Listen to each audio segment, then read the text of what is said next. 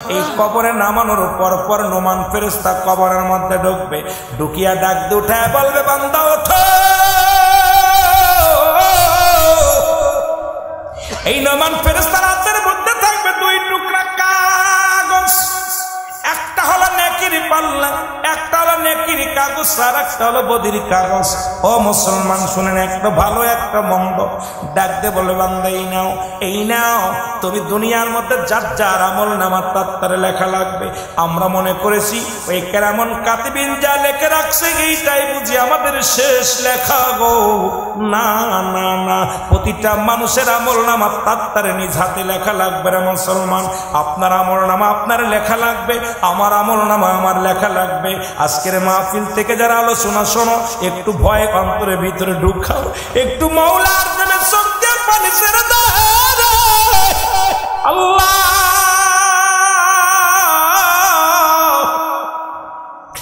ও আমার আল্লাহ, ও আমার আল্লাহ,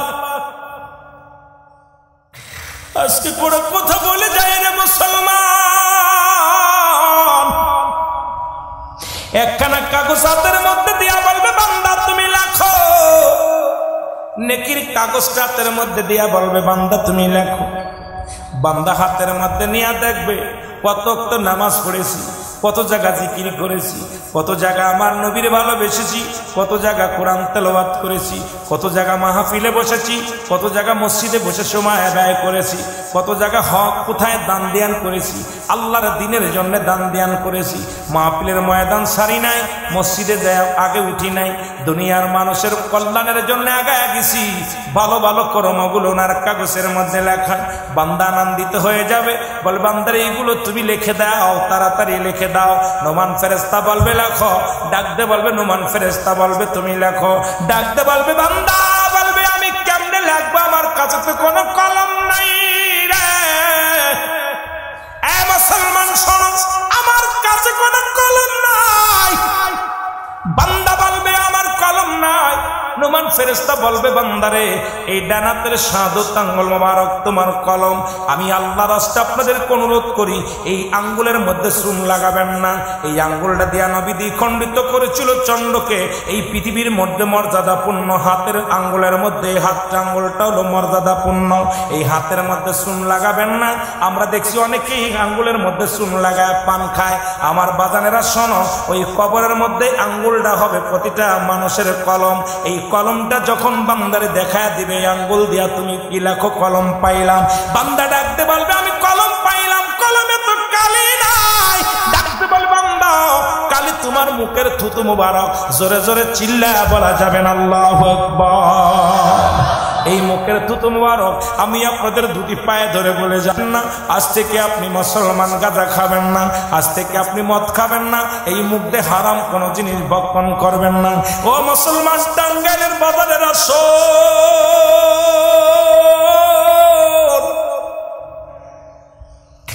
আরে আল্লাহ তাআলা মায়ের গর্ভে 10 মাস 2 দিন রাখছে রে। মায়ের নাভির সঙ্গে নিজের নাভিটা জুড়াইয়া দিছে, মুখের মধ্যে রক্ত দেয় না। ওই 10টা মাস আমার আল্লাহ কেমনে খাওয়াইলো তোরে রে বান্দা। কত সুন্দর ভাবে তোর মুখ দিয়ে না পাক পানি ঢুকায় নাই। এই মুখ দিয়ে আল্লাহর জিকির করবি, এই মুখ দিয়ে কোরআন তেলাওয়াত করবি, এই মুখ দিয়ে মুসলমান শুনে নাও, এই মুখটা দিয়ে তুই দুনিয়ার মধ্যে হারাম জিনিস ভক্ষণ করবি না, হালাল জিনিস ভক্ষণ করবি। এই মুখ দিয়ে মাওলার জিকির করবি। আর সেই মুখের মধ্যে কেমনে তুই বিড়ি টান মেরা দিলি, সেই মুখের মধ্যে কেমনে তুই গাজায় টান মেরে দিলি, সেই মুখের মধ্যে কেমনে তুই ফেন্সিডিল লাগায়া দিলি। আমি আপনাদেরকে বলে যাই মুসলমান শোনো, এই মুখের থুতু মুবারক হবে কালি। কলমের কালি যদি নষ্ট হয়ে যায় লেখা সম্ভব নয়। ওই হারাম কর বান্দা তুই কেমনে লিখবি রে? এ মুসলমান, ওই নিশাখর বান্দা তুই কেমনে লিখবি? তোদের পায়ে ধরে বলে যায় আমি গুনাহগার। এই মুখের মধ্যে আর গাঁজা দিস না, এই মুখের মধ্যে আর বিড়ি দিস না, এই মুখের মধ্যে আর জর্দা দিস না। এক শ্রেণী আলেমরা আছে আবার ওয়াজ করে, বিড়ির বিরুদ্ধে ওয়াজ করে, নিজেরা এই জর্দা খায়। আসে না? এক শ্রেণীর জর্দা খোর আলেম বাইরে এতখানিক জর্দা খায় গালের মধ্যে আবার বিড়ির বিরুদ্ধে ওয়াজ করে। কথা বলেন না কেন? দলিল হলো অধিক পরিমাণ মাকরু সেবন করলে সগীরা গুনাহ, সগীরা গুনাহ বেশি করলে কবিরা গুনাহ, কবিরা গুনাহকারী জাহান্নামে। এখন আমরা বিড়ি খোরের বিরুদ্ধে ওয়াজ করি, কিন্তু বিড়ির চাইতে বেশি ক্ষতিকারক হলো জর্দা। কথা কয় না কেন? কথা কয় না কেন? না আপনাদের কষ্ট হচ্ছে? এবার আছে না অনেক বক্তা দেখি ওয়াজ করে আর জর্দা হাতের মধ্যে ঢেলে নিয়ে, কি মজা বিড়ির বিরুদ্ধে ওয়াজ। আমি যেটা করি সেটা কারণে মানুষকে উপদেশ দিব, যেটা করি না সেটা উপদেশ দিব না। যারা বলেন ঠিক কিনা? আজ থেকে তওবা করব, আল্লাহ আমরা হারাম জিনিস বক্ষণ করব না। বিড়ি, সিগারেট, আপনার জর্দা, এরপরে ফেন্সিডিল, গাঁজা, ইয়াবা, যে সমস্ত মাদক সেবন আছে আজ থেকে না বলবো। কে কে আজ থেকে মাদক সেবন থেকে আল্লাহকে সাক্ষী রেখে বলেন আজ থেকে আর মাদক সেবন করব না? কে কে রাজি আছেন? একটু হাত তোলেন, একটু হাত তোলেন। আল্লাহ কবুল করুন। অনেকে খায় না, তারা হাত তোলে নাই, কিন্তু মনে করছে আমরা তো খাই না, হাত তুলে কি হবে? না বাবা, আমরা ওদের সাথে একটু হাত তুললে সংখ্যা বেশি হবে, সংখ্যা বেশি হবে। জোরে বলেন ঠিক কিনা? আরো জোরে বলেন, জোরে কন না। মুসলমান গভীর মনোযোগ, আমি যে কথাগুলো বলি দিলের কান্ডা লাগা শোনো। এবার মুখের থুতু মুবারক হবে কি? জোরে বলেন না। কালি, ও বান্দা কালি পাইলা, বলবে বান্দারে এবার তুমি লেখা শুরু করো। বলে লিখবো কমনে, আমার কাছে খাতা নাই। 3 টুকরা কাপড়ের কাপড় দেওয়া হয়, 1 টুকরা কাপড়ের কাপড় টান দিয়ে খুলে নিবে, নিয়ে বল বান্দা লেখো। এই কাপড়ের কাপড় হলো তোমার কাগজ, এই কাগজের মধ্যে লেখা শুরু হয়ে যাবে। তখন বান্দা সেকেন্ডের মধ্যে, মিনিটের মধ্যে লেখা শেষ হয়ে যাবে, একদম অল্প সময়ের মধ্যে লেখা শেষ হয়ে যাবে। এবার ছিনিয়ে নিবে, আর 1 টুকরা কাগজ দিবে, বান্দা লেখো। এবার লেখাটা দেখবে বান্দা দুনিয়ার মধ্যে 70 বছর জিন্দেগি কত রাকাত নামাজ কাজা দিছিলাম, কোন জায়গা কোন লেডিস নিয়ে গল্প করেছিলাম, কোথায় গানের প্যান্ডেলে বসেছিলাম, কোথায় জুয়ার প্যান্ডেলে বসেছিলাম, কোথায় মদের প্যান্ডেলে বসেছিলাম, কোথায় অন্যায় করেছিলাম, রাতের অন্ধকারে জিনা ব্যভিচার করেছিলাম, কোথায় কি অপরাধ জগতে জড়ায়া পড়েছিলাম। বান্দা তখন এইটা দেখার সঙ্গে সঙ্গে চিৎকার মেরে কানবে, আমি লিখতে পারবো না। বান্দা এমন ভাবে ডান দিক থেকে চাপ দিবে মাটিতে, বাম দিক থেকে মাটিতে চাপ দিবে, উপর থেকে চাপ দিবে, নিচে থেকে চাপ দিবে। রে মুসলমান, এ মুসলমান, এক একটা বদামল গুলো লেখাইবে। যতক্ষণ পর্যন্ত লেখা হবে না ততক্ষণ পর্যন্ত আপনার উপরে নির্যাতন চলবে, আপনার উপরে জুলুম চলবে। যতক্ষণ পর্যন্ত আপনার জুলুম বা জুলুম চলবে আর চলবে। লেখার জন্য ভয়ে কানবে, আমি লিখতে জানি না, ওটা অন্যায় করি নাই, অন্যায় করে নাই। যখন অস্বীকার করবেন, আমার আল্লাহ রাব্বুল আলামিনের ফেরেশতা এবারে মিডিয়া গুলো ওই 7 বছরের জিন্দেগি সামনে হাজির করে দিবে। কোন মাস, কত তারিখ, কত সেকেন্ড কোন কাজটা করেছ, বান্দার সামনে একদম দিবালয়ের মতো পরিষ্কার হয়ে যাবে। বান্দার চক্ষু বন্ধ করে একটা চিৎকার মেরে কানবে, আল্লাহ আল্লাহ আমাদের দয়া করো, আমি এই পাপের বোঝা কেমনে লাগবো। আরে মুসলমান গভীর মনোযোগ, আজকে তুমি অন্যায় পথে চলো, অন্যায় করো, নিজের আমলটা নিজেরই লেখা লাগবে। সেদিন কোন জবাব দিতে পারবি না, সেদিন কোন কৈফিয়ত চলবে না, সেদিন কোন ওজর চলবে না, সেদিন কোন রকম ধোঁকাবাজি চলবে না। বান্দার আমল নামাটা যখন নিজাতে লেখা হয়ে যাবে, আফসোস করে নুমান ফেরেশতা বলবে, আরে বান্দা 7 বছরের জিন্দেগি পাইয়া, 50 বছরের জিন্দেগি পাইয়া, 80 বছরের জিন্দেগি পাইয়া এই জীবনটা তুমি অন্যায় করেছো। নামাজ পড়ো নাই, রোজা রাখো নাই, হজ করো নাই, যাকাত দাও নাই, পর্দার বিধান মানো নাই, হক নষ্ট করছো। আরে বান্দা, তোমার জন্য অপেক্ষা করে জাহান্নাম।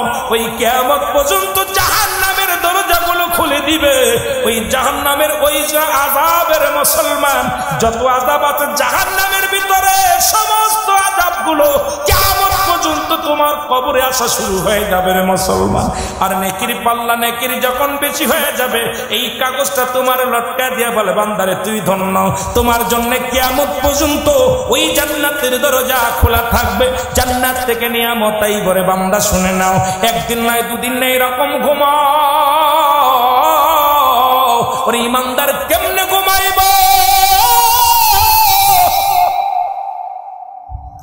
এরে ইমানদারের শুনে নাও, ইমানদারের ইমান আনো, কারণ চিরদিন ঘুমাইতে হবে, চিরদিন ঘুমাইতে হবে রে মুসলমান। এই জিন্দেগি 70 বছর 50 বছর 80 বছরের জিন্দেগি এই অবহেলায় কাটাইলা, হেলায় হেলায় কাটাইয়া দিলা। একবারও মরণের চিন্তা নাই, একবারও মরণের চিন্তা নাই। আল্লাহর আদালতে কি জবাব দিবা? ওই 1 নাম্বার বিপদ, 2 নাম্বার বিপদ, একটার পর একটা বিপদ আসবে। ওই কিয়ামতের ময়দান হলো আরো কঠিন বিপদ। জোরে জোরে চিল্লায়া বলা যাবে না আল্লাহু আকবার।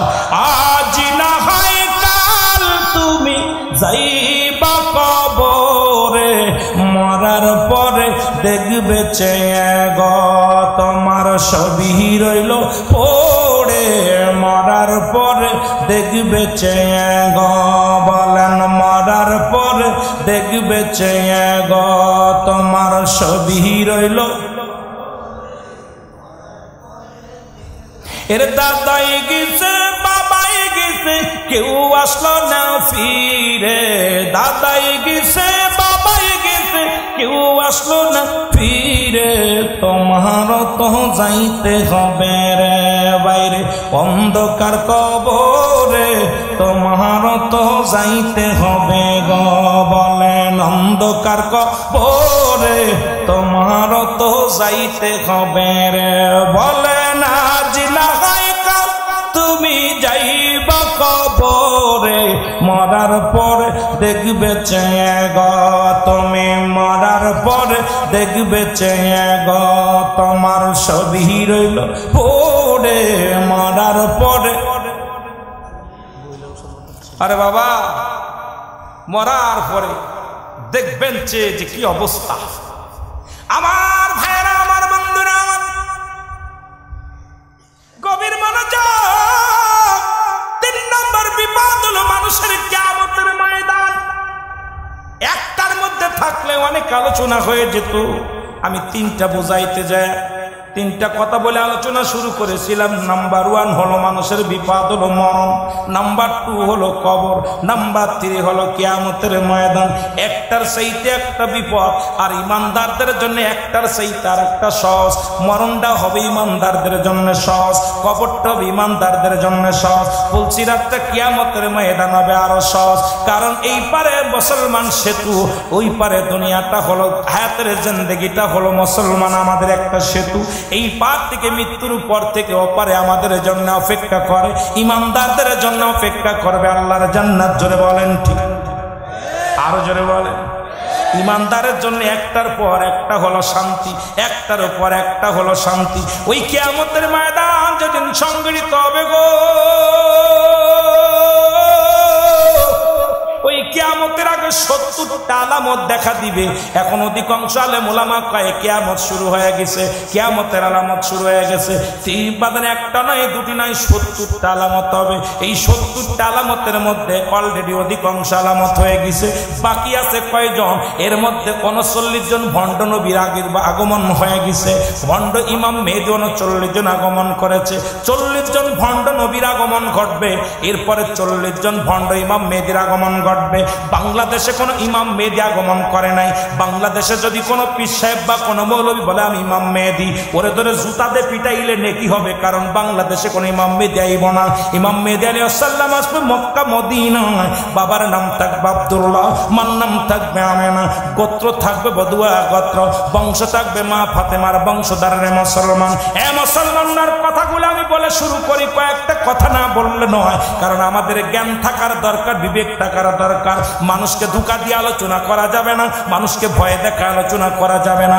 ইমান তাজা হয় সে আলোচনা করতে হবে, কারণ হেদায়েতের মালিক কোনো মোল্লা নয়, কোনো মুন্সি নয়, হেদায়েতের মালিক স্বয়ং নবীজিও না। যদি হেদায়েতের মালিক নবী হতো, আবু জাহেলের কপালে কালেমা জুটত। হেদায়েতের মালিক আমার আল্লাহর কাছে বলার দায়িত্ব আপনার। এখন আমরা আপনারা হেদায়েতের মালিক হয়ে গেছি, এই জন্য মানুষ গুমরাহির পথে চলে যাচ্ছে। বেশি জোরে জোরে বলেন ঠিক কিনা?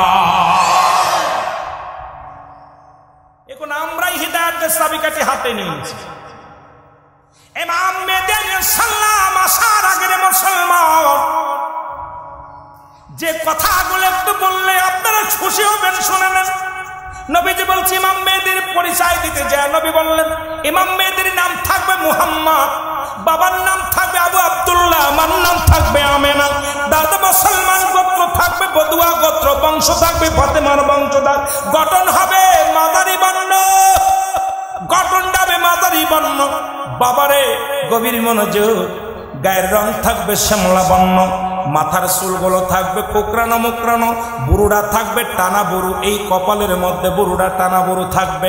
ইমাম মেহেদী আলাইহিস সালামের কানের ভিতরে লম্বা লম্বা পশম থাকবে।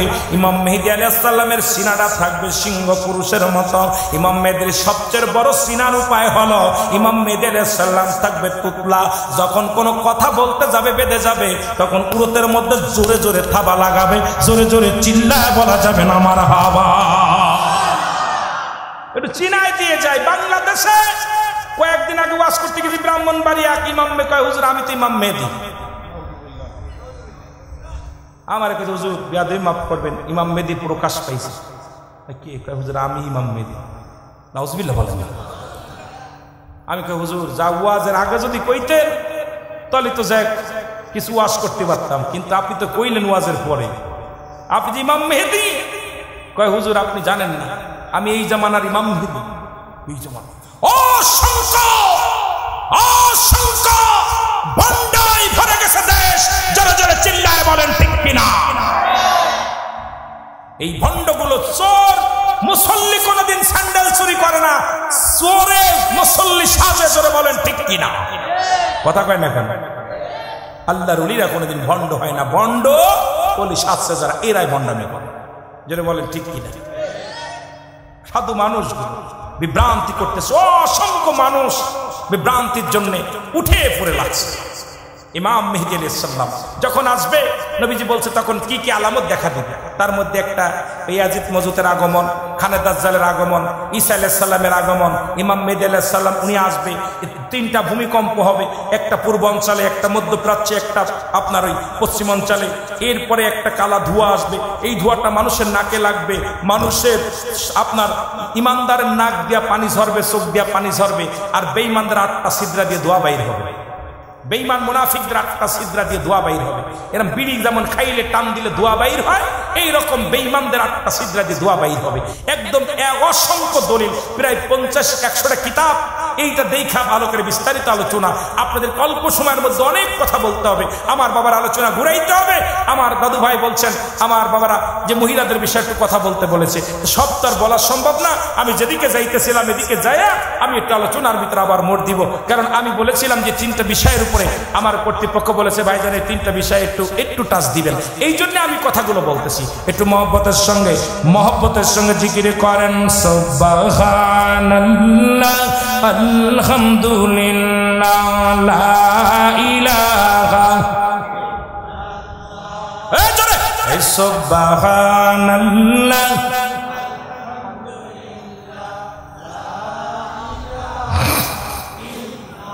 আরো জোরে লা ইলাহা। কষ্ট পান না জিকির করতে? জিকির করতে কষ্ট পান? জিকির শব্দের অর্থই স্মরণ করা। জিকির শব্দের অর্থ জোরে বলেন, জিকির শব্দের অর্থ কি?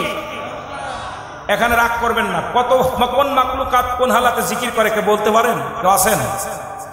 কেউ বলতে পারেন? জিকির সাধারণত দুভাগে বিভক্ত, একটা জাহিরি একটা বাতিনি।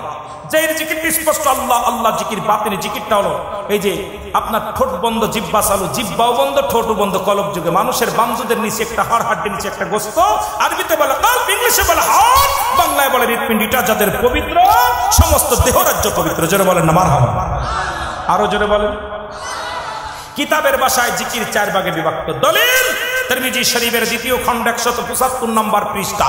এতদিন জিকির করেছেন যারা আছেন সবাই শুনে নেন। চরমুনা, সারসিনাপুর, প্রসব, দেওয়ানবাগ, বান্ডারি, তাবলিগ, আমলিগ, বিএনপি যারা আছেন সকল শ্রেণীর জন্য বলে যাচ্ছি, সমস্ত মাখলুকাতের জন্য বলে যাচ্ছি। কিতাবের নাম হলো এ মুসলমান তিরমিজি শরীফের দ্বিতীয় খণ্ড 175 নম্বর পৃষ্ঠা। এতদিন জিকির করেছেন আল্লাহ আল্লাহর জিকির না, এই জিকিরটার নাম হলো ইসমে জাতের জিকির। বাইহাকি শুআইবুল ঈমানের প্রথম খণ্ড 214 নম্বর পৃষ্ঠা। এতদিন জিকির করেছেন কালেমার জিকির না, এই জিকিরটার নাম হলো নাফি জাতের জিকির, লা ইলাহা ইল্লাল্লাহু মুহাম্মাদুর রাসূলুল্লাহ। কানজুল উলমানের প্রথম খণ্ড 214 নম্বর পৃষ্ঠার মধ্যে বয়ান করেন। ওটা হলো 337 338 নম্বর পৃষ্ঠা, দ্বিতীয়টা। প্রথমটা হলো, তারপরেটা হলো 214 নম্বর পৃষ্ঠা। এতদিন জিকির করেছেন তওবার জিকির না, এই জিকিরটার নাম হলো জিকির, লা হাওলা ওয়ালা কুওয়াতা ইল্লা বিল্লাহ। ইবনে মাজার মধ্যে 4 নম্বর জিকির, সুবহানাল্লাহ আলহামদুলিল্লাহ লা ইলাহা আলহামদুলিল্লাহ বলেন, আরো জোরে বলেন। জিকির শব্দের অর্থ জোরে বলেন কি করা? এই জিকির করতে মাঝে মাঝে দেখতে তাল দিতেছেন, মাঝে মাঝে সব চুপ করে রয়েছেন, বন্ধ করে রাখছেন, আপনাদের জবান বন্ধ। জিকির করবেন কার? কোন পীর সাহেবের, কোন মানুষের, কোন দানবের? কার জিকির? আরো জোরে বলেন কার? আরো জোরে জোরে বলেন, সুবহানাল্লাহ আলহামদুলিল্লাহ। মুসলমান কবির মনোযোগ, নবী বলছে মক্কা মদিনা এত পরিমাণ পাপ হবে, এত পরিমাণ পাপ হবে, জিনা ব্যভিচার হবে। আল্লাহু আকবার বলেন। এত পরিমাণ পাপ হবে, এত পরিমাণ জিনা হবে। প্রমাণ পেয়ে গেছেন এখন মক্কা মদিনায় বাংলাদেশের নারীরা গেলে এরে মুসলমান যায় এক ফেলি আসে এক ফেলি, কারণ ওদের হাতে এখন নির্যাতিত। জোরে বলেন ঠিক কিনা? আরো জোরে বলেন। যারা মক্কা মদিনায় গেছেন ভালো করে জেনে নেন, ওই মক্কা মদিনায় সিনেমার হলের ভিত্তি স্থাপন হয়েছে, মুসলিম পতিতালয়ে খোলা হয়েছে, মুসলিম পতিতালয়ে খোলা হয়েছে। এখন বাংলাদেশের পতিতালয় বন্ধ হয়েছে আর মক্কা মদিনায় মুসলিম পতিতালয় খোলা হয়েছে।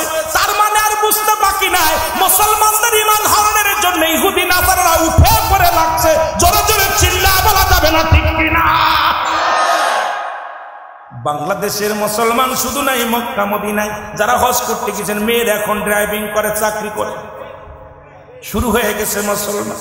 এর মক্কা মদিনায় মক্কার জমিনে যখন অধিক পরিমাণ পাপ চলবে, ইমাম মেহেদী আলাইহিস সালাম মক্কা থেকে মদিনা থেকে রওনা হয়ে যাবে গো। যখন তার বয়স হবে 40 বছর প্রকাশ পাবে। কত বছর? যদি বলেন কত বছর? 40 বছর যখন বয়স হবে তখন প্রকাশ পাবে, রাতের অন্ধকারে পালায়া যাবে। এত পাপ, এত অন্যায়, জুলুম, ব্যভিচার, মদ, জুয়া, গাঁজা সব শুরু হয়ে যাবে। এত পরিমাণ পাপ হবে, ইমাম মেহেদী আলাইহিস সালাম লজ্জায় মাথা নত করে চলে যাবে। মানুষের উলামে কেরামের সামনে দেখা হয়ে যাবে। হক্কানি উলামে কেরাম তৎকালীন জামানার কিছু আলেম উলামার সামনে পড়ে যাবে। সবাই বলবে আপনি ইমাম মেহেদী আলাইহিস সালাম। ইমাম মেহেদী বলবে না আমি ইমাম মেহেদী আলাইহিস সালাম না, আমার নাম মুহাম্মদ। ইমাম মেহেদী বলবে না আমার নাম মুহাম্মদ। সবাই বলবে আপনি ইমাম মেহেদী আলাইহিস সালাম, কারণ রাসূল বলে গেছে আপনার জায়গায় যে কথাগুলো বলে গেছে সেই দৃশ্য ভিতরে আছে, সুতরাং আপনি ইমাম মেহেদী আলাইহিস সালাম। তখন উপর থেকে একটা আওয়াজ আসবে, হাজা খলিফাতুন ফিল আরদ। ও মুসলমান শুনে নাও, সঙ্গে সঙ্গে ইমাম মেহেদী আলাইহিস সালাম নীরবতা পালন করবে। সবাই বলবে এই আওয়াজটা কে দিল রে? ইমাম মেহেদী আলাইহিস সালাম বলবে ঠিকই বলেছেন, আমি হইলাম ইমাম মেহেদী আলাইহিস সালাম। জোরে জোরে চিল্লায়া বলা যাবে না মারহাবা? এ বাবা অনেক দেরি এখনো, কিন্তু আমরা তো ভয় দিতেছি। কিন্তু খানে দাজ্জালের চরিত্র আমাদের ভিতরে হুবহু ঢুকে গেছে। জোরে বলেন ঠিক কিনা?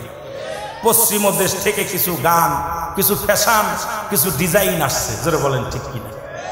ওই দেশিরা আমাদেরকে দিয়া সব, কারণ বাংলাদেশে যেখানে আমার সবচেয়ে বেশি কষ্ট হয়েছে তখন দেখেছি, আমরা ছোটবেলা শুনেছি যে মদিনার বুকে মক্কা মদিনা রাসূল তখন জিন্দা, তখন কবরে জিনা করেছিল এক যুবক, এক মহিলার সঙ্গে জিনা করেছিল। আর বর্তমান বাংলাদেশে ঢাকা মেডিকেল কলেজ হাসপাতালে যেখানে মর্গে জিনা হয়, এরপরে ধরা হলো এই যুবকেরা মিথ্যা বললে জিব্বা কেটে নিবা। ঢাকা মর্গে মেডিকেল কলেজ হাসপাতালে, চট্টগ্রাম মেডিকেল কলেজ হাসপাতালে আজকে মৌলবীরা আমরা আলেমরা এক নাই, আমরা খালি গুতাগুতি করতেছি আর সালোর ভিতর দিতেছি। ওরে কিভাবে কোন আলেমরে ছোট করা যায়, কোন আলেমরে খাটো করা যায়, আমার ফখর দেখানোর জন্য এমন যে আমি বড় আলেম। আর এক আলেমকে কোন ভাবে ছোট করা, পরশ্রুতি কাতর বাংলায় বলা হয়, একজনের ভালো একজন দেখতে পারেন। এটা হলো চরিত্র, কথা বুঝেননি? এমন অভ্যাস। কিন্তু এদিকে আমাদেরকে খেয়াল আছে যে আপনার ঢাকা মেডিকেল কলেজ হাসপাতালে আপনার দেখা গেল গলায় দড়ি নিয়ে মারা গেছে আলামত জিনার, মারা গেছে বিষ খায় আলামত জিনার। ডাক্তাররা একদম পেরেশানিত হয়ে গেল, ঘটনাটা কি?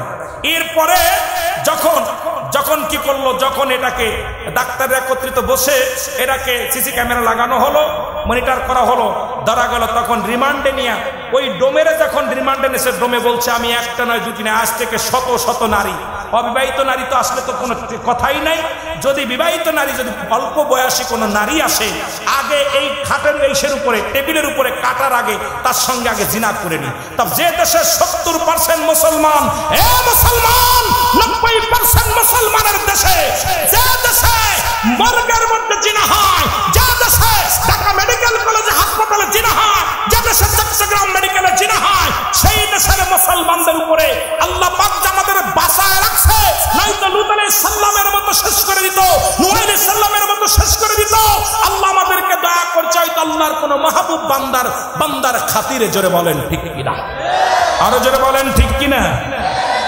আমার দয়াল নবী বিগনে আপন বলতে কেহ নাই জগতে, বলে না পন বলতে কেহ নাই জগতে। একটু আমার সাথে পড়ে না, আমার দয়াল নবী বিগনে আপন বলতে,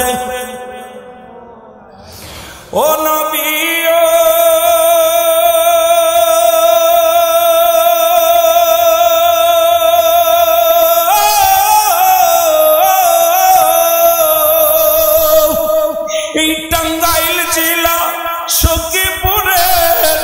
আশিক দিওয়ানা,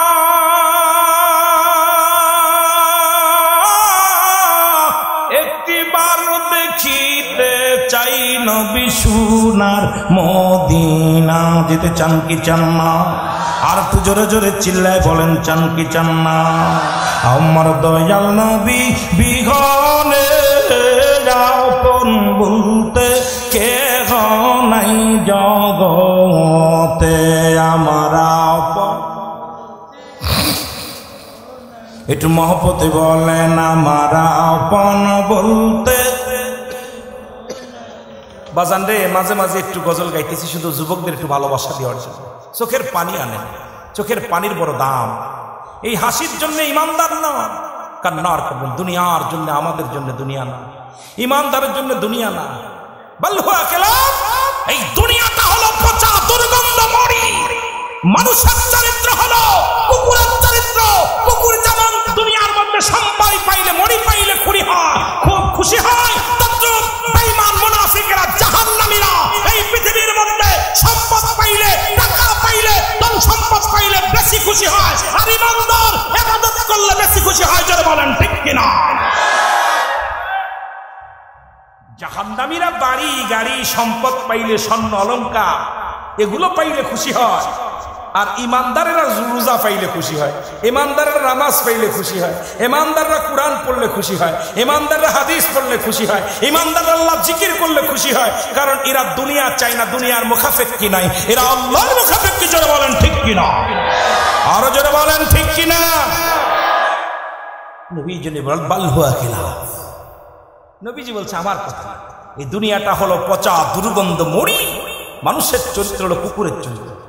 কুকুর দেখবেন এমনই হিংসুটে প্রাণী, যদিও প্রভুভক্ত। আমি কুকুরকে নিয়ে একটা আলোচনা করেছি, পুরো কুকুর যে কয়টা প্রাণী নিয়ে রাসূলের কথা একদম হাদিস দিয়ে সুন্দরভাবে আলোচনা করেছি।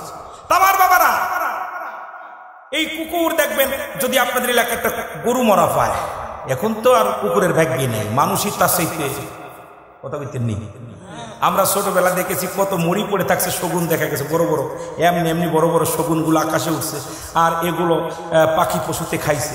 এখন মোরাগুলোর জবাই করে মানুষের গোস্ত। কয়েকদিন দেখলাম আপনাদের যে কোথায় যেন গাইবান্ধার জমিনে নরখাদক, উনি মানুষ কবর থেকে মানুষ উঠায় নিয়ে এইটা দিয়ে আপনার হালিম বানাচ্ছে মানুষের গোস্ত দিয়ে।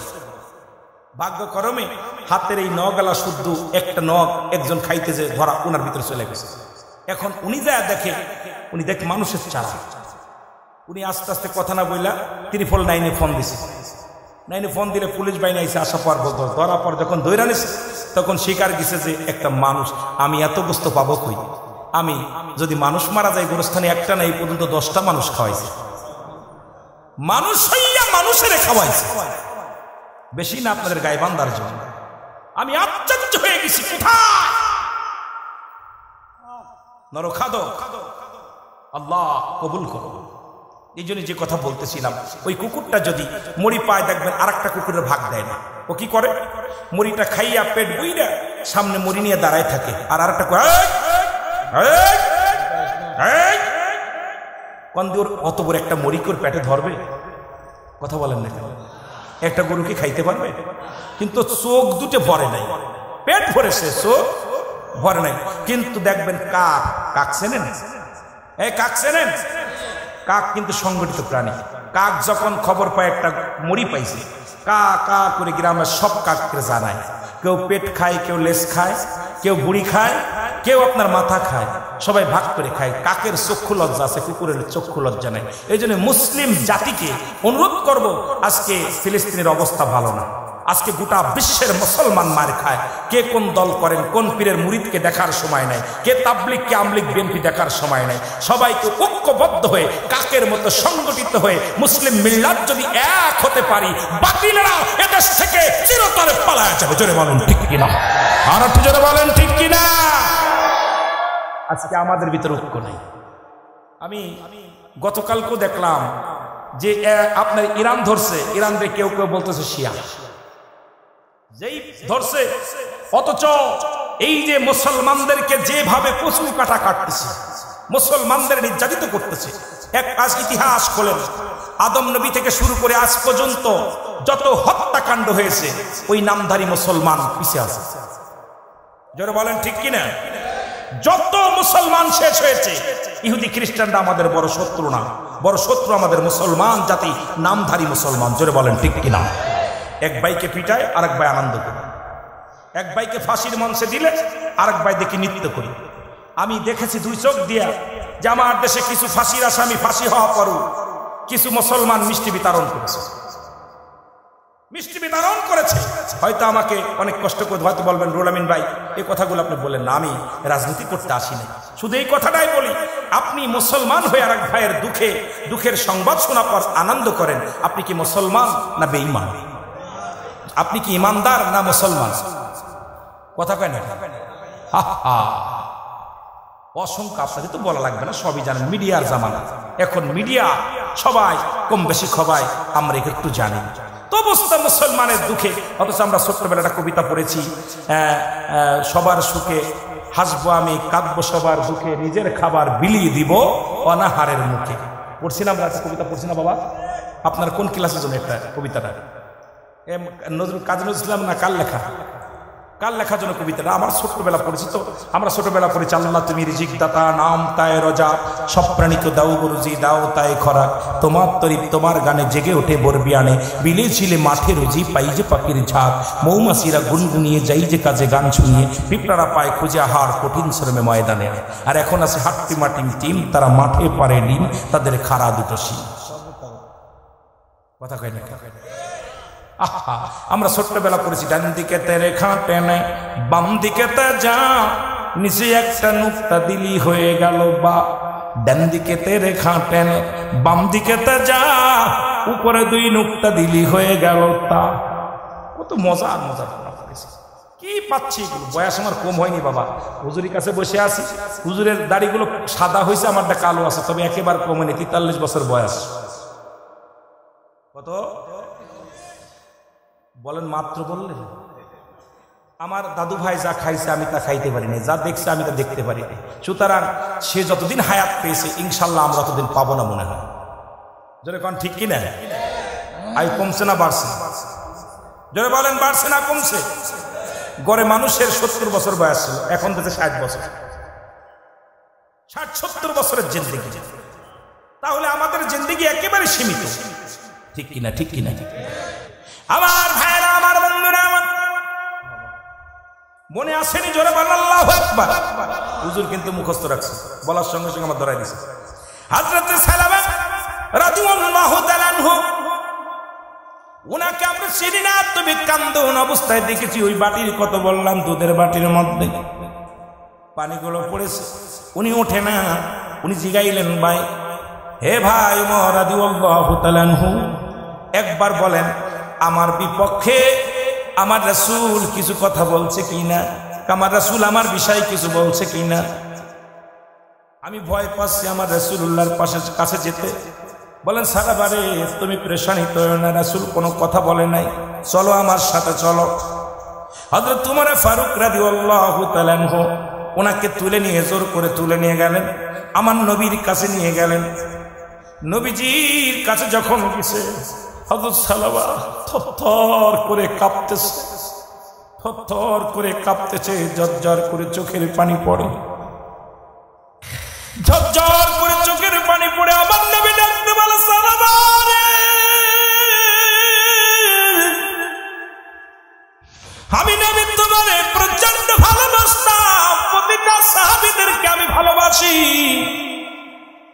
ও সালামা, তুমি কোথায় ছিলে? কোথায় ছিলেন? বলি, ইয়া রাসূলুল্লাহ, ইয়া হাবিবাল্লাহ, আমি আপনার কাছে কেমনে মুখ দেখাবো? আমি পাপ করেছি, অন্যায় করেছি, আমি অন্যায় করেছি ইয়া রাসূলুল্লাহ, ইয়া হাবিবাল্লাহ। বলেই সালামা কাঁপতে কাঁপতে জমিনের মধ্যে পড়ে গেলেন। নবীজি বললেন, সাহাবীরা আমার সালামাকে ধরো। সাহাবীরা ধরলেন। সালামা বলে, ইয়া রাসূলুল্লাহ, আমার পিঠের গোড়ে মনে হচ্ছে একটা পিপিলিকা, এই পিপিলিকাটা যেন আমার পিঠের উপরে চলাফেরা করতেছে। আমার নবী বললেন, সাহাবীরা রে, আমার সালামার বেশিক্ষণ দুনিয়ার মধ্যে নাই, আমার সাহাবী দুনিয়া থেকে বিদায় নিয়ে যাবে।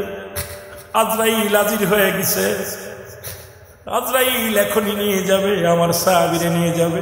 তোমরা আমার সাহাবীর পাশে কোরআন তেলাওয়াত করো, দোয়া দুরূদ পড়ো, বেশি বেশি করে কালেমা পড়ো, বেশি বেশি করে কালেমায়ে শাহাদাত পড়ো,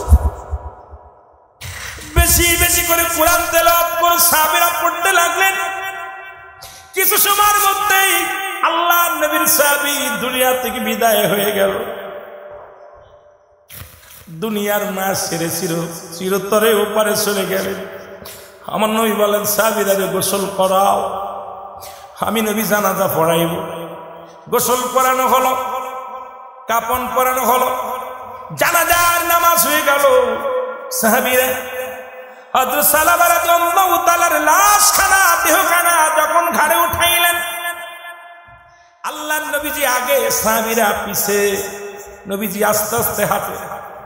হযরত উমর ফারুক রাদিয়াল্লাহু তাআলা আনহু বলেন, ইয়া রাসূলুল্লাহ, ইয়া হাবিবাল্লাহ, আমরা তো পিছে সাহাবীরা হাঁটতে পারি না, আপনার বেঁধে যায়, গায়ে গায়ে লেগে যায়, আপনি এত স্লো হাঁটেন কেন?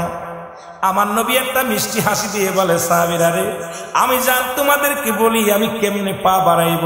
আমি দেখতেছি অসংখ্য ফেরেশতারা, আল্লাহর নবী বলে অসংখ্য ফেরেশতারা আমার সালাবার জানাজায় হাজির ছিল। আমার সালাবার ওই জিয়ারতের জন্য, সালাবার কাফন দাফনের জন্য অসংখ্য ফেরেশতারা আসমান থেকে জমিনের মধ্যে আগমন করে। সুবহানাল্লাহ। আর একটু জোরে বলেন আল্লাহু আকবার। আল্লাহর নবী বললেন, সাহাবীরা রে, জিবরিল আমিন আমাকে জানায়া দিয়েছে, আমার সালামা মনের অজান্তে কোন এক মহিলা দেখে ফেলেছে। তার ভয়ে যদি এমন ভাবে আমার থেকে দূরে থাকে, ভয়ে কান্দে, কবরের ভয়ে, মাওলার ভয়ে কান্দে। আর এই যে রমজান মাস গেল, রোজার পরে ঈদুল ফিতরের নামাজ আদায় করে আমার মেয়ে, আমার বিবি, আপনার মেয়ে, আপনার বিবি এমন ভাবে চলাফেরা করেছে, বাবা গায়ে কাপড় নাই, মাথায় কাপড় নাই, মোটরসাইকেল এমন অবস্থা চালাইতেছি আর পার গুলো ভরে গেছে, রাস্তার পাশ ভরে গেছে, হাজার হাজার বেগানা মহিলা, হাজার হাজার বেগানা নারী পুরুষ একত্রিত চলাফেরা করতেছে। এই বাংলার জমিনে শুধু গজব আর গজব নাজিল হবে, কারণ আল্লাহর মাহবুব বান্দাদের খাতিরে হয়তো আল্লাহ আমাদের দয়া করেছে, নয়তো গজব থেকে বাঁচা সম্ভব নয়। জোরে বলেন ঠিক কিনা? তাহলে বোঝা গেল যে অজান্তে একটা ভুল করেছে, তার জন্য কাঁদতে কাঁদতে ক্ষমা চাইতে চাইতে বিদায় হয়ে গেছে। আর আমরা পরের বউনিয়া রিসোর্টে উঠতেছি, পরের বউনিয়া ভেঙে চলে যাচ্ছি, পরের বউনিয়া আমরা ইসলামের বিধান যদি মানি, আমার দ্বারা এগুলো সম্ভব নয়। আজকে দেশের মধ্যে পর্দা নাই, পর্দার ওয়াজ করলেই মৌলানা জেলখানায়। জোরে বলেন ঠিক কি না? পর্দার ওয়াজ করা যাবে না, শরিয়াতের ওয়াজ করা যাবে না, করলেই বিপদ। কিন্তু দাদু ভাই, এরকম আমি আপনি চিরদিন থাকবো না, চলে যেতে হবে। জোরে বলেন ঠিক কিনা? রে আজ না হয় কাল তুমি যাইবা কবরে, মরার পরে দেখবে চেয়ে গো তোমার সবই রইল পড়ে। মরার পরে আরো জোরে বলেন, মরার পরে দেখবে চেয়ে গো তোমার সবই রইল। এর দাদাই গেছে, বাবাই গেছে, কেউ আসলো না ফিরে, তোমার তো যাইতে হবে রে বাইরে অন্ধকার কবরে, তোমার তো যাইতে হবে রে। বলেন অন্ধকার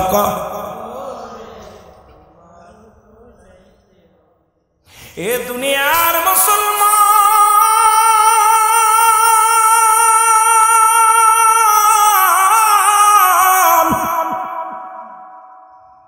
দিলের কান্ডা লাগা শোনো,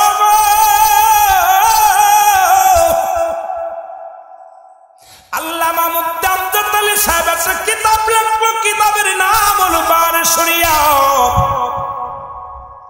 এই কিতাবের মধ্যে লিখতে যা বললেন, দুনিয়ার মানুষ শোনো, মানুষের যখন ইমানদারের মৃত্যু হয়, আল্লাহ বলেন দত্তনিল মুমিনিন, আল্লাহ বলে মুমিনদের জন্য, মুত্তাকিনদের জন্য প্রস্তুতি করা আছে 8টা জান্নাত। জোরে বলা যাবে না মারহাবা? জোরে বলেন কয়টা? একটু আগে হাত উঠাইছিলেন বিলে আবার একটু আমি মুমিনদের দিকে গেলাম। কাফেরদের জন্য প্রস্তুতি আছে 7টা জান্নাত, ইমানদারদের জন্য মুমিনদের জন্য প্রস্তুতি আছে 8টা জান্নাত। কে কে যাবেন এইবার একটু হাত তোলা? আমিন বলেন, আমিন বলেন। একবার ডস খাওয়াইছি, জন্য দেখলাম ইমানদারদেরকে লস করাই লাভ নেই। একবার উঠাই হেলাইছি ভুল করে, কথা কইতেন নি, কথা কইতেন নি। এবার আর ভুল করতে রাজি নাই। এই কারেন্ট গেল কই? একটু জিকির করেন সুবহানাল্লাহ, আলহামদুলিল্লাহ, লা ইলাহা।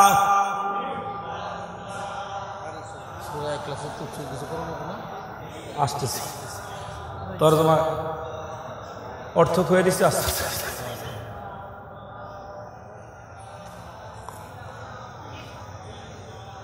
ভয় ঢুকাতে পারি না মানুষের, মরার ভয় নেই মানুষের, মরার ভয় গান যেগুলো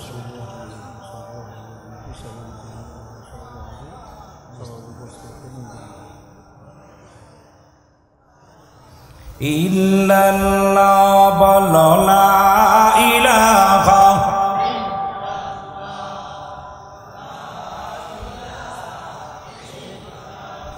একটা জিনিস, আপনাদের ডায়াবেটিস তারা উঠছেন বালা, ডায়াবেটিস যাদের তারা উঠছেন আলহামদুলিল্লাহ, কিন্তু ডায়াবেটিস ব্যতীত কেউ উঠবেন না। অল্প সময়ের মধ্যে দোয়া হবে, শেষ ভালো যার সব ভালো তার, ঠিক কিনা? শেষ ভালো যার সব ভালো তার। যেই একটু কারেন্ট চলে গেছে, কিছু ফাঁকিবাজ মানুষ বাইগা গেছে, যেরকম ঠিক কিনা? কি করছে? বাইগা গেছে। একটু মহব্বতে বলেন সুবহানাল্লাহ, লা ইলাহা আর জোরে লা ইলাহা লা ইলাহা মুহাম্মাদুর দুনিয়ার মুসলমান গভীর মনোযোগ। বলতেছিলাম আল্লামা মুফতি আমজাদ আলী সাহেব একটা কিতাব লেখেন, কিতাবের নাম বারে শরিয়া। এই কিতাবের মধ্যে উনি লিখতে যা বললেন, দুনিয়ার মানুষ শোনো, দুনিয়ার মানুষ শোনো, যখন কোনো মানুষের সাধারণ মৃত্যু হয়, সবচাইতে সহজ মৃত্যু যেটা হয়, মুমিনের মৃত্যু হয় অত্যন্ত আসানে, ইমানদারের মৃত্যুটা হয় অনেক আসানে। ইমানদারের মৃত্যুটা হয় আটা গোলায়া খামির বানাইয়া এর ভিতরে যদি একটা চুল পড়ে, এই চুলটা যখন টান দিয়া ভিতর থেকে বাইর করলে যেমন আটার মধ্যে বাইর হলে টের পাওয়া যায় না, ইমানদারের মৃত্যুটা কিন্তু এইরকম হয়। কিন্তু আল্লামা মুফতি আমজাদ আলী সাহেব বললেন, দুনিয়ার মানুষ শোনো,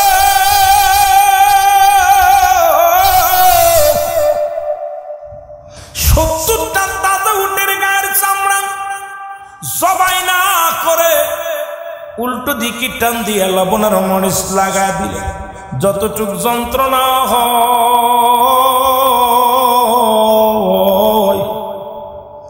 এর চাইতে 70 গুণ যন্ত্রণা হলো একটা সাধারণ মৃত্যু। আমরা যারা মরণকালে পায়খানা করে দিই, মরণকালে প্রস্রাব করে দিই, মরণকালে পায়খানা করে দিই, জিহ্বা বাইর হয়ে যায়, তাদের মৃত্যুটা কত কঠিন হয়। ও মুসলমান শোনো, তাদের মৃত্যুটা বড় কঠিন হয়। কত মানুষের দাফন করাইলা, কত মানুষের দাফন করাইলা, কাফন করাইলা, কত মানুষের কবরে শোয়া দিলা,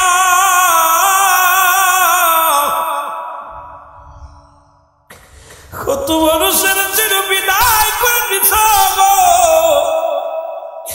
দেখেছি মরণের সময় চোখ দুটি বড় বড় হয়ে গেছে আর বন্ধ হয়,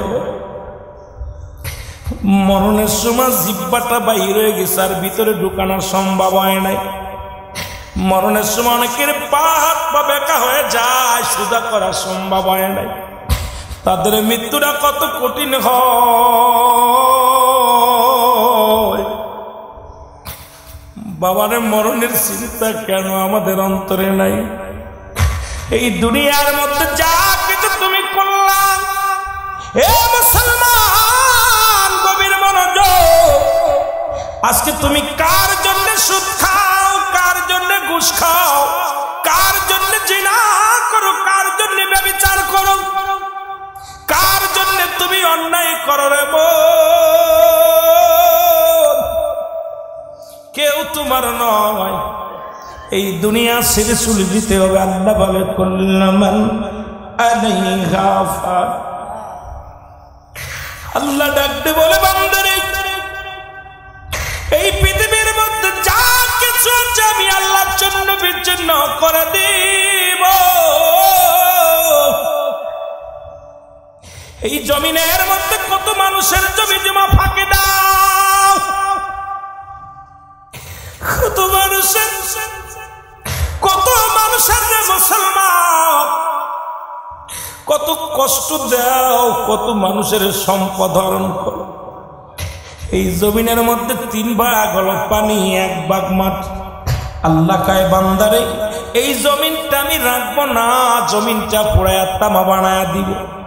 আজকে যার উপরে বসে তুমি সুদ খাও, যার উপরে ঘরোয়ার ঘুষ খাও, যার উপরে ঘুরে তুমি দুনিয়ার মধ্যে কতই না সুদে কারবার করো, এই দুনিয়ার মধ্যে ঢুকে জিনা ব্যভিচার অন্যায় করো, বান্দারে একবার চিন্তা করো, এই দুনিয়ার মধ্যে কিচ্ছু বলতে কিচ্ছু থাকবে না।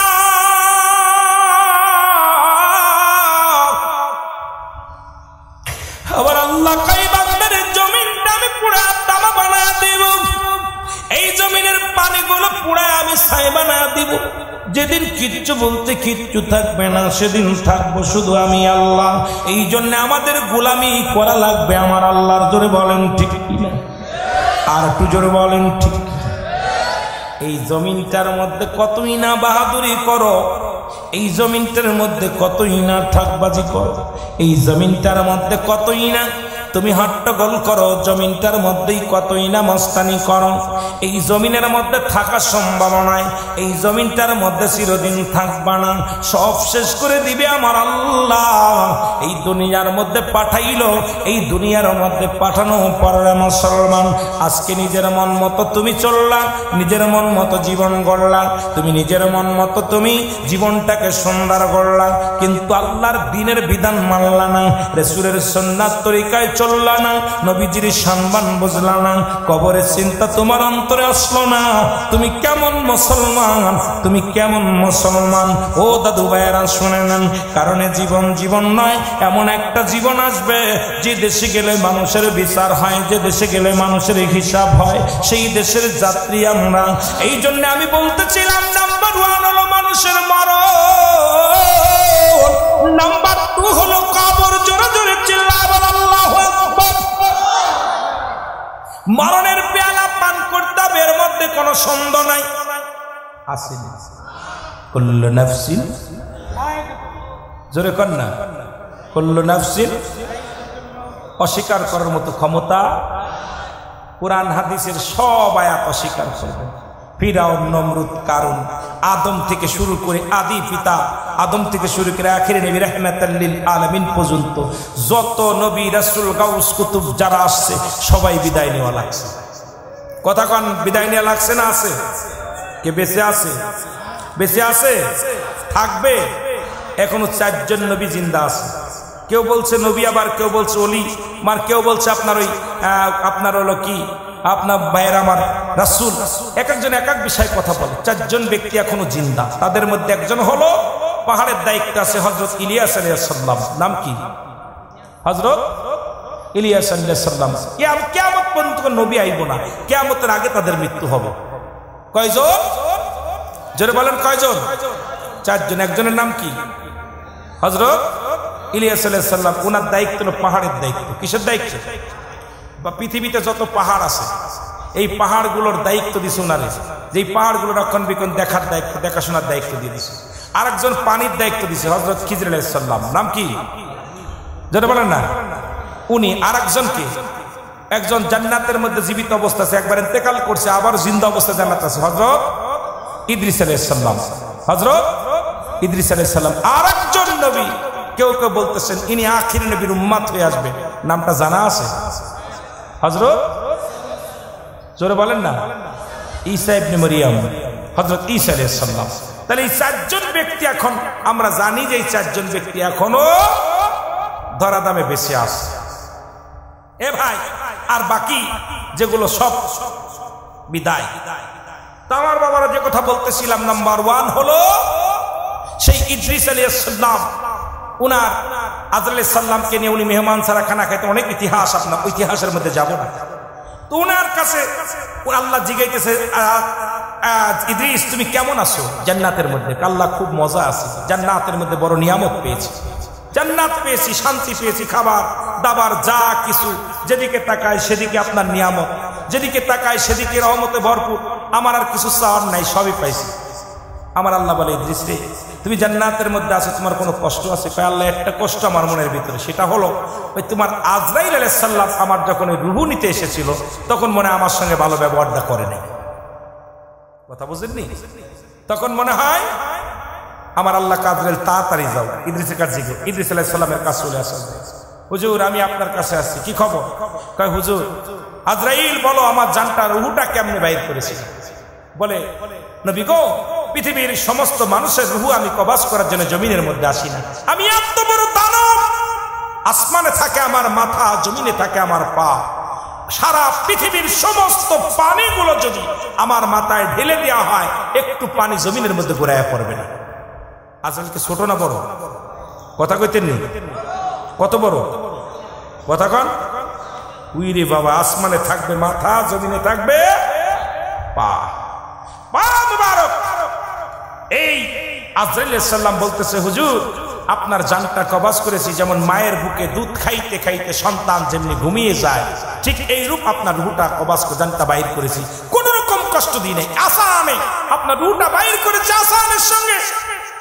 ইদ্রিস আলাইহিস সালাম আজরাইল, এই এত আসানের মৃত্যু যদি এত কঠিন হয়, আমার গায়ের যন্ত্রণা, মৃত্যু যন্ত্রণা এখনো যায় নাই, তাহলে যাদেরকে তুমি কষ্ট দিয়া মৃত্যু দাও, যারা মরণের সময় পায়খানা করে দেয়, যারা প্রস্রাব করে দেয়, যারা কি করে জিহ্বা বাইর হয়ে যায়, যাদের চোখ দুটি, অনেক মানুষ দেখবেন মরণের সময় চোখ দুটি বড় বড় হয়ে যায়, তাদের মৃত্যুটা কত কঠিন হয়, যেটা বলেন ঠিক কিনা?